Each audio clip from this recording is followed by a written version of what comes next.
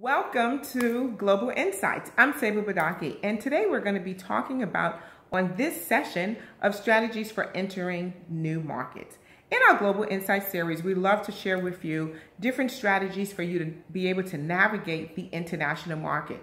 Many of these strategies can also be used in your domestic market as well. So let's get started.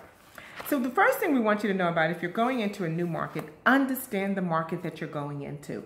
And that even means if you're going with the same product and just taking it into a different region or a different part of your, a different continent or a different country, understand that country. So understanding the country comes from everywhere from culture. Understand the country culture. You don't want to even take an item that perhaps maybe may even be taboo. And so I don't know, perhaps maybe you have pork skins and they are selling like hotcakes. I know in the United States, pork skins are super interesting and people are really buying them up because of the fact that it allows them to have a snack that's not a carb.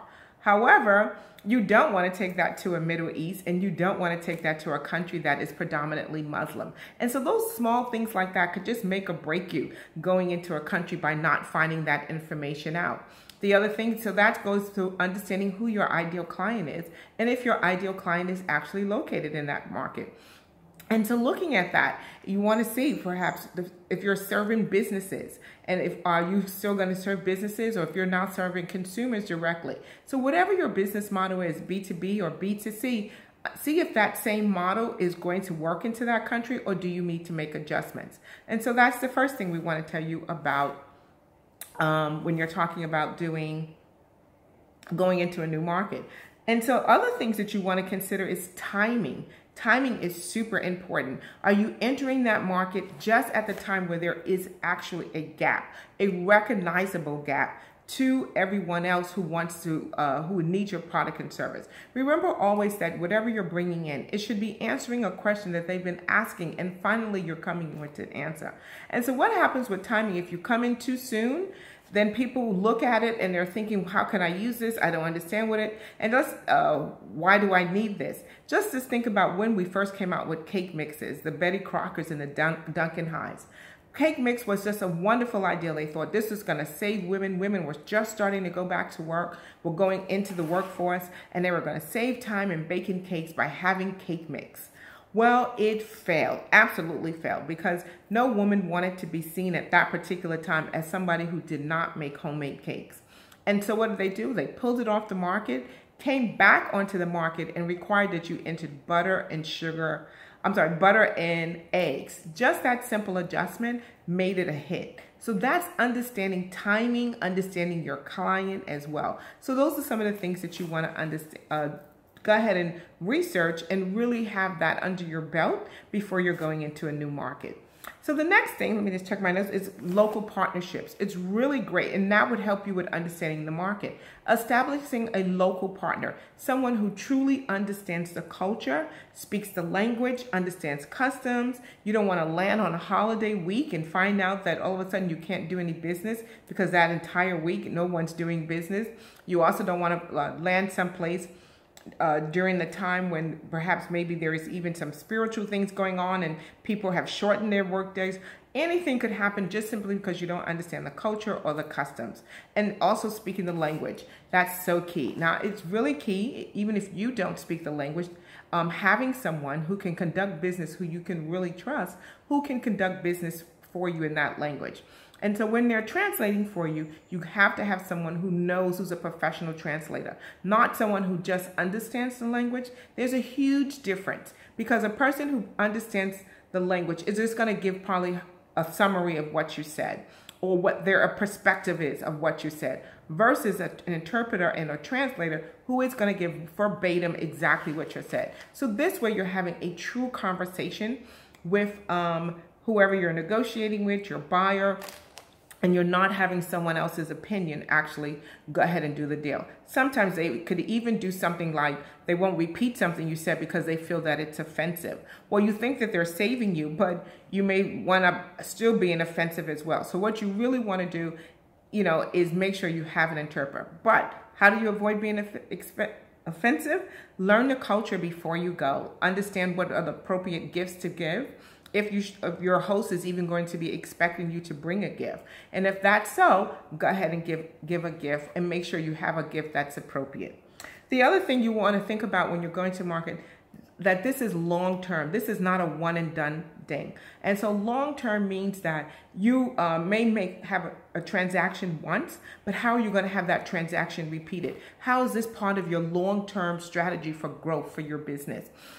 Too many times I see people very transactional. They're just looking to make that sale. But I want you to go in there with a strategy of how you're not only going to have a sale with this person, but how you're going to actually be able to do business in that country. Which brings me to my next one. Don't just have one buyer.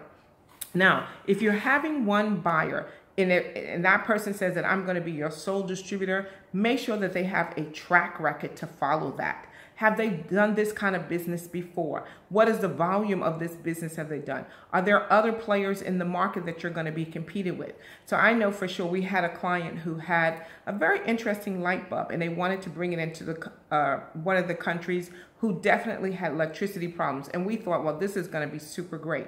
But do you know, there are other competitors from other countries that were also bringing in very similar light bulbs. And so you need to make sure that the person you chose as your local,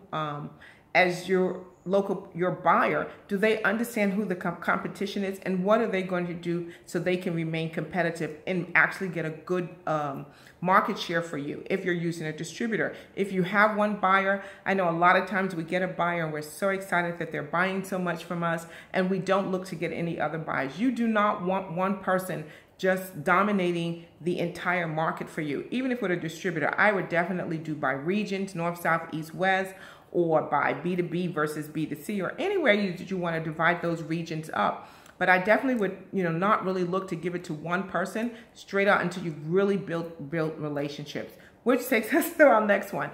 Build a relationship. Too many times I see people see a potential buyer and they're just basically just like sell. Most times you are not going to make a sale on the first contact. That person, don't forget about the know, trust, and like factor. People want to do business with people who they know, who they trust, and they like. And that cannot happen on the first interaction. And so find a way to get to know them, build trust with them, and see if you guys like each other. And so we're not talking about dating, but we're definitely talking about that you can have a very good working relationship. And so when you see someone who may be a potential client for you, start figuring out ways to build relationships with them. The other thing, have a clear approach of how you're going to enter that market. What is your clear business strategy? How you're going to enter that market, and understanding how you're going to take all the things in consideration of how they do business, which means that you may even have to change your business model. For some of our clients who are coming into the United States, for the first time, they're going to be doing subscription models when they've never done that before, simply because it's just a great way for them to get their product in. And that's understanding the American buying. Why the Americans and consumers like to buy. They love to have things, especially fast-moving goods, already delivered to them without them giving them. And so my last tip is for you is don't go alone. Whatever you're going into these new countries, don't try to do it all by yourself. Don't go in there without having someone who's either you're going with someone who understands the terrain, who already have built relationships in that place, or you're going there with a group of people who are all doing business together. But I would not recommend just jumping off a plane and start trying to figure the place out and starting doing business. There's so much to learn, especially if you're going to a place where the culture and the language is totally different. Well, that was today's Global Insight and on strategies into the new markets.